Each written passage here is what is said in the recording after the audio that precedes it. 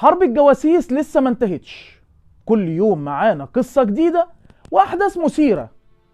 جاسوسة حيرت المخابرات المصرية واترمت في حضن إحدى ضباط الجيش المصري عشان تكشف لعدونا أخبار عسكرية في منتهى الخطورة. عدونا يعمل، ولكن رجال المخابرات المصرية تجتهد لتكتشف الحقائق حفاظا على أمن هذا الوطن وحماية أراضيه ومنشآته المدنية والعسكرية. إليكم قصة اليوم عن الجاسوسة هبة سليم. هبة عبد الرحمن سليم عامر من مواليد سنة 1947 ومن أسرة ثرية جدا من مركز ساحل سليم بمحافظة أسيوط. ولأجل خاطر البيزنس الخاص بوالدها إنه اتنقل من أسيوط إلى القاهرة، فهبة نزلت عاشت في القاهرة مع والدها، وتحديدا عاشوا في حي المهندسين لحد سنة 65. هبة التحقت بكلية الآداب جامعة القاهرة قسم اللغة الفرنسية، وكان وقتها سنها 18 سنة. وهبة وهي عايشة في حي المهندسين كانت عايشة حياة مرفهة جدا جدا لحد ما قابلت العضو المنتدب من جامعة السوربون في فرنسا، واللي أعجب بهبة جدا لعدة حاجات فيها. أول شيء لجمالها، لإتقانها اللغة الفرنسية، لاجتهادها في قلب كليتها في جامعة القاهرة، لدرجة إنه قرر إنه يسفرها المنحة اللي ما كانتش بتخرج غير للي طالع الأول على الكلية. وهبة وقتها طلعت التانية على الكلية، سفرها لمنحة السوربون في فرنسا. ولكن والدها مع انه هو من الصعيد وفي عادات وتقاليد صعيدية، الا ان سيطرة هبة عليه وضغطها الشديد وافق انها تسافر المنحة ديت بعد تدخل من نائب دايرتهم، واللي اسمه وقتها عمر جلال حسين، واللي اكد له ان عيلته المقيمة في باريس هتبدأ باستضافة هبة وهتقابلها هناك في فرنسا. بالفعل هبة سافرت وبدأت انها تحضر محاضراتها لحد ما قابلت بنت يهودية بولندية، وبدأت البنت البولندية اليهودية تحكي لهبة عن دولة الصهاينة وقد ايه هي دولة بسيطة ودولة محترمة ومتقدمة ودولة كيوت، وان العرب بتكرهها جدا وعايزة ان هي تشيلها.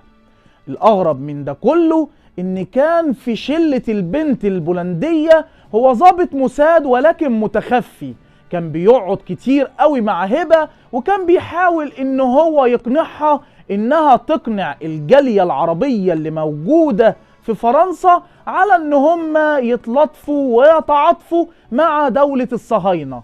لحد ما تفاجئ من هبة بحاجة كبيرة قوي، قالت له ده في ضابط مصري موجود في مصر بيحاول ان هو يلطف الدنيا معايا وبيحبني جدا. وقتها الضابط الموساد اهتم جدا بالموضوع وكشف نفسه لهبة على انه ضابط موساد. اهتم جدا ضابط الموساد بالموضوع اللي حكته له هبة عن الضابط المصري بعد ما عرف ان اسمه فاروق الفقي وان هو ضابط مهندس في سلاح الصاعقة المصرية، واقنعها ان هي اللي بتعمله معاهم ده ما اسموش خيانة، سفك للدماء، وان العرب عايزين يحاربوا دولة الصهاينة مع ان الدولة دي كيوت جدا. وبالفعل اول ما هبة نزلت مصر بدأت تدور على فاروق الفقي، واللي كان وقتها اترقى وبقى برتبة مقدم. طبعا فاروق وقتها ما صدقش نفسه ان هبة هي اللي بتدور عليه، وبالفعل ابتدت العلاقة تقرب. وهبة وقتها كانت عالية جدا ثقافيا، وفاروق كان محدود في شغله، فابتدى ان هو يحاول ان يوصل للمرتبة بتاعة هبة بان هو يحكي لها عن انجازاته التاريخية في مجال الصاعقة وفي مجال الهندسة وفي مجال الدفاع الجوي، لدرجة انه كان بيجيب لها خرايط للدفاع الجوي على الحدود في شقة المعادي اللي كانوا بيتقابلوا فيها. لحد في ليلة رومانسية نجحت هبة انها تجند فاروق الفقي، وبالفعل وافق علشان خاطر عيون هبة. طبعا هبة دربت فاروق الفقي على يعني ايه شفرة وجهاز ارسال وحبر سري، وسافرت فرنسا في 71. وكان وقتها مصر كانت بتبني قواعد صد صواريخ سوفيتية على طول خط القناة. ولكن الغريب في الامر ان كل ما نبني قاعدة يجي الطيران الصهيوني ويدكها لنا. الموضوع أثار قلق كبير جدا عند القيادات السياسية، لحد ما وصل تقرير رسمي على مكتب الرئيس أنور السادات، اللي وقتها أصدر أوامر بتشكيل لجنة استخبارات عسكرية علشان تعرف وتكشف الحقيقة. وقال لهم بالنص: في خاين وسطينا. بالفعل بدأت المخابرات العسكرية إن هي تراقب جوابات المراسلة للضباط، لحد ما وقع في إيديهم جواب لقوا فيه جملة غريبة شوية.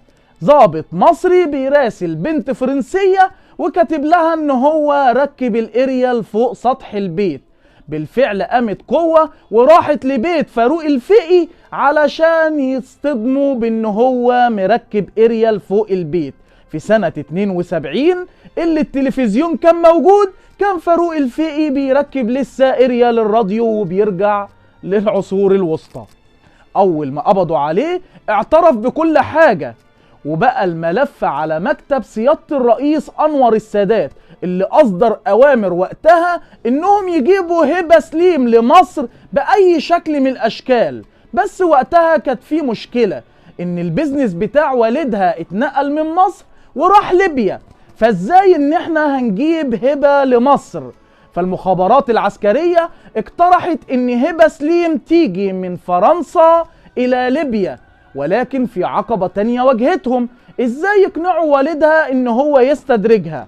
لحد ما قام الجهبذ بتاعنا السفير فخري عثمان بخطة جهنمية على والدها، وراح وقال له: بنتك هبة متورطة في جماعات فلسطينية هتحاول ان هي تخرب حاجات في فرنسا وهيقبضوا عليها قريب. وبالفعل والدها اقتنع فعلا، وقالوا له ان احنا هندخلك المستشفى ونحاول ان نظبط لك كل الورقيات ان انت عندك ذبحة صدرية علشان نجيب هبة هنا ونحميها. فعلا وافق، واول ما اتصل بهبة وقال لها: يا هبة انا كده خلاص بموت وعايز اشوفك في ليبيا، تعالى وهبعت لك طيارة وعالجك في اوروبا. قال لها: لو شالوا الاجهزة من عليا انا هموت، انا عايز اشوفك واطمن عليكي. هبة خرجت بعد المكالمة على ضابط الموساد مباشرة تبلغه انها راحة ليبيا. ضابط الموساد قام بدوره بالتحريات في ليبيا من رجالته، اللي اكدوا له ان والدها محجوز في المستشفى وعنده ذبحة صدرية. بس طلب منها حاجة بسيطة، وهي في قلب مطار ليبيا تعملها علشان لو في محاولة اختطاف من القوات المصرية فالامن الليبي يفسدها. ولكن ما يعرفوش ان المخابرات المصرية اتحدت مع المخابرات الليبية لكشف الحقيقة داخل اطار الدول العربية. قال لها: اول ما توصلي المطار حاولي انك تبلغي ان في خاتم بقيمة $1,000,000 الماظ اتسرق منك، فالامن الليبي هيحوطك في المطار، وبكده يبقى احنا اطمنا عليكي. بالفعل عملت كده هبة ودخلت صالة المطار في وسط الأمن الليبي، واللي قابلها السفير فخري عثمان وطمنها على حالة والدها جدا جدا. ولكن كان في مفاجأة مستنية هبة، كانت في طيارة خارج الصالة مصرية مستنية خروج هبة علشان ياخدوها ويسافروا بيها على القاهرة.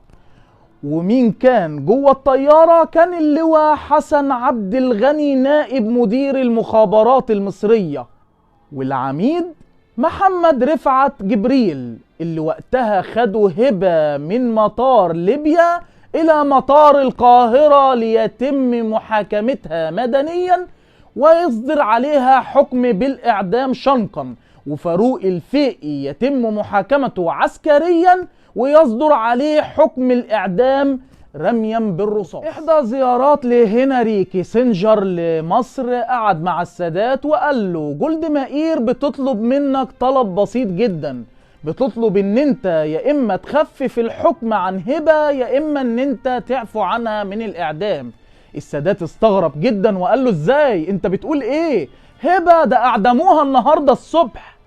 ولكن الحقيقة ان الكلام ده ما حصلش، واول ما هنري كيسنجر مشي السادات اصدر امر باعدام هبة سليم واعدام فاروق الفقي رميا بالرصاص. واللي شارك في اعدام فاروق الفقي هو العميد نبيل شكري انتقاما للجنود، واللي كان وقتها هو المدير العام للسلاح الصاعقة المصرية.